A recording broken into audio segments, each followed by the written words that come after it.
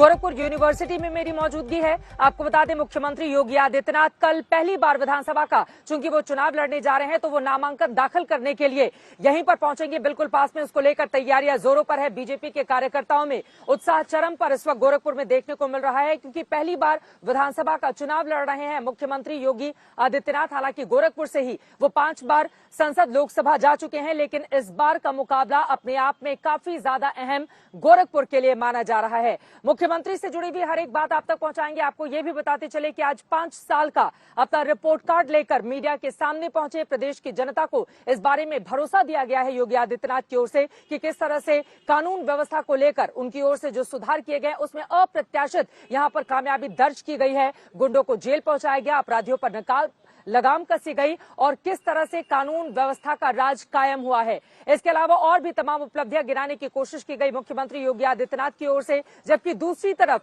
Akhilesh Yadav Samajwadi party के मुखिया की ओर से किया गया है पलटवार और उनकी ओर से कहा गया है कि जितने ज्यादा तीखे हमले मेरे और जयंत चौधरी के ऊपर किए जाएंगे, उतना ही हम मजबूती से चुनाव लड़ेंगे और 22 में 22 किल ही दौड़ेगी। अपने अपने दावे, अपने अपने वादे, किसकी होगी जीत, किसकी होगी हार, ये बेहद अहम रहेगा जानना। इसी पर चर्चा की हम शुरुआत करेंगे गोरखपुर से, लेकिन उसके पहले ये रिपोर्ट देखिए। मात्र 5 वर्ष में ही उत्तर प्रदेश की इस इकोनॉमी को हम देश के अंदर नंबर 2 स्थान पर लाने में हमें सफलता प्राप्त हुई।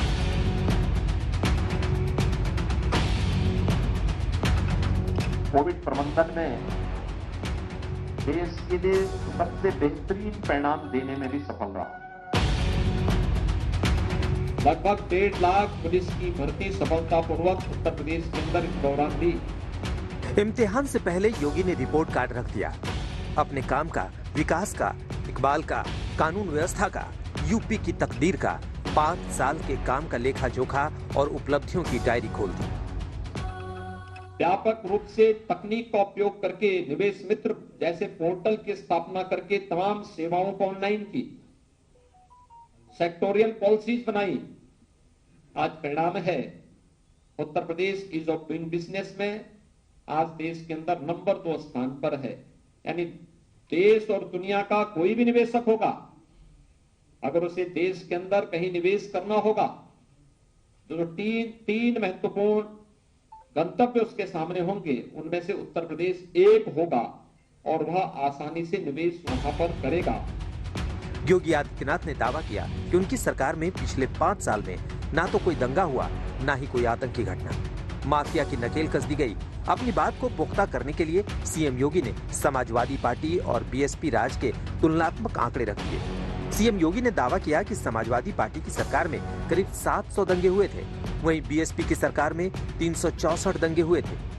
योगी ये भी दावा कर रहे हैं कि 5 सालों में यूपी में कोई आतंकी घटना नहीं घटी और माफिया समेत पेशेवर अपराधियों पर नकेल कसी गई। समाजवादी पार्टी की सरकार के समय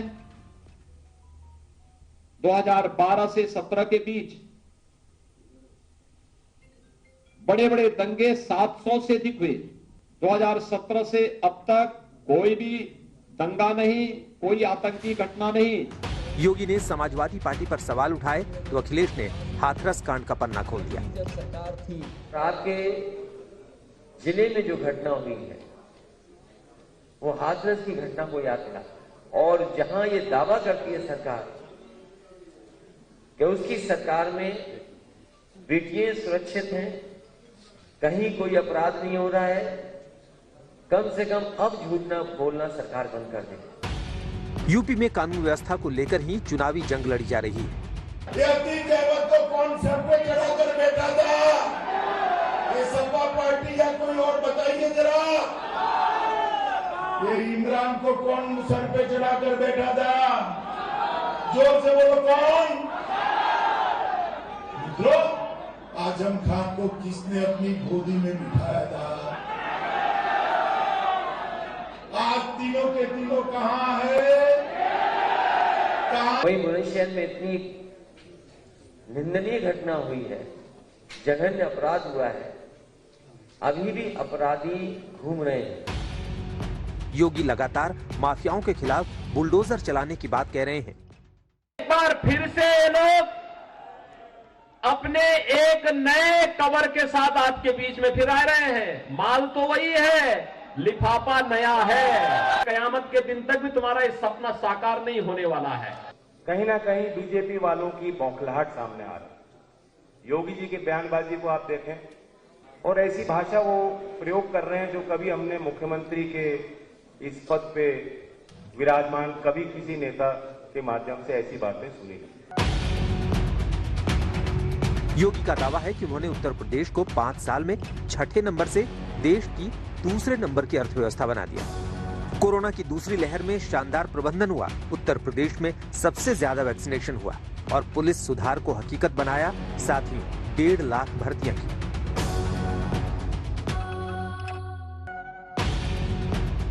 से 2017 तक उत्तर प्रदेश की अर्थव्यवस्था 6-7वें स्थान तक चल रही थी और 70 वर्षों में जो काम नहीं हो पाया, मात्र 5 वर्ष में ही उत्तर प्रदेश की इस इकोनॉमी को, अर्थव्यवस्था को हम देश के अंदर नंबर 2 स्थान पर लाने में हमें सफलता प्राप्त हुई। अखिलेश यादव बीजेपी के विकास मॉडल पर सवाल उठा रहे हैं, वहीं समाजवादी पार्टी के मॉडल पर डफली बजा रहे हैं।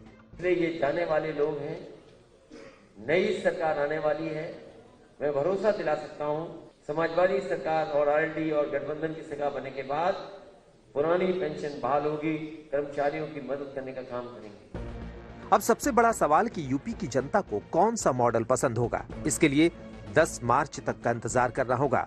फिलहाल तो यूपी में जिन्ना, गन्ना, पाकिस्तान, दंगा, कैराना, पलायन, गर्मी, चर्बी, तमंचा, बुलडोजर जैसे शब्दों की बाढ़ आ गई है। अब यूपी की चुनावी डिक्शनरी में कौन से शब्द जुड़ते हैं, बस देखते जाइए।